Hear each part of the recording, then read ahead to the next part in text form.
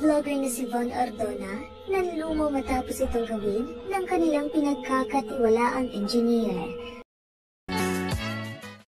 Mainit na pinag-uusapan ngayon sa social media ang ibinahaging video ng kilalang vlogger na si Von Ordona kaugnay sa nakakapanlumo sinatubula sa pinagkatiwalaang engineer at construction company ng kanilang dream house. Kitang-kita sa mukha ng vlogger ang magkahalong emosyon habang idinidetalye nito ang buong pangyayari. Kasabay nga ng panganganak ng kanyang misis na si Carlo Ocampo, ay siya din namang pagtambad sa kanya ng balitang hindi na umano mahagilap ni makontak ang engineer ng ML Builders, isang construction company na kinilalang si Engineer Mike Luis Bote.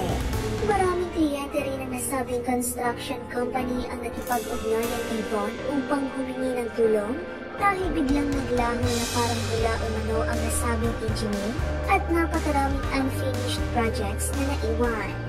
Matapos nang makarating sa vlogger ang balitang ito, ay dali-dali niyang kinontak si Engineer Mike, ngunit sa kasamaang palad ay cannot be reached na ito. Labis na panlulumo nga ang nararamdaman ngayon ni Von dahil hindi basta-bastang halaga na pera ang nawala sa kanila para sana sa kanilang pinapangarap na tahanan. Dahil tumataginting lang naman na 8 million pesos ang natanay na nasabing engineer sa couple vlogger na sina Von at Carly. Inilinaw rin ito na hindi prank ang kanyang ginagawa dahil sa lumakmak na kliyente ng nasabing construction company ang lumapit at nais magpatulong sa kanya.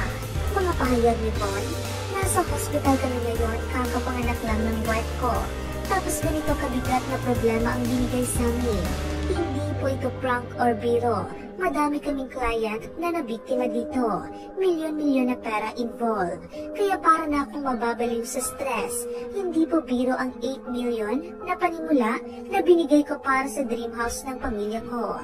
Sana matulungan niyo kami at makaabot sa kanya tong message. Salamat po. Ibinahagi rin ni Von ang larawan ni Engineer Mike dahil sa hirap na ito ngayong mag-contact ni Mahagilap dahil maging asawa at katrabaho nito ay iniwan na sa ere. Nananawagan din si Von sa nasabing engineer na si Engineer Mike na lumabas at harapin ang isyong ibinabato sa kanya dahil hindi biro ang perang ipinagkatiwala nito sa kanya. Hindi lamang niya, maging ng napakaraming tao na umasang magagawa ng maayos ang kanilang pangarap na tahanan. Nakiusap din ang vlogger para sa mga taong kasalukuyan umanong kasama ni Engineer Mike at mga nakakakilala rito na ipagbigay alam kaagad sa kanya o sabihan ito na huwag takbuhan ang kanyang responsibilidad dahil kapag hindi umano ito agad nagipag-ugnayan sa kanya ay gagawa na ito ng legal na aksyon.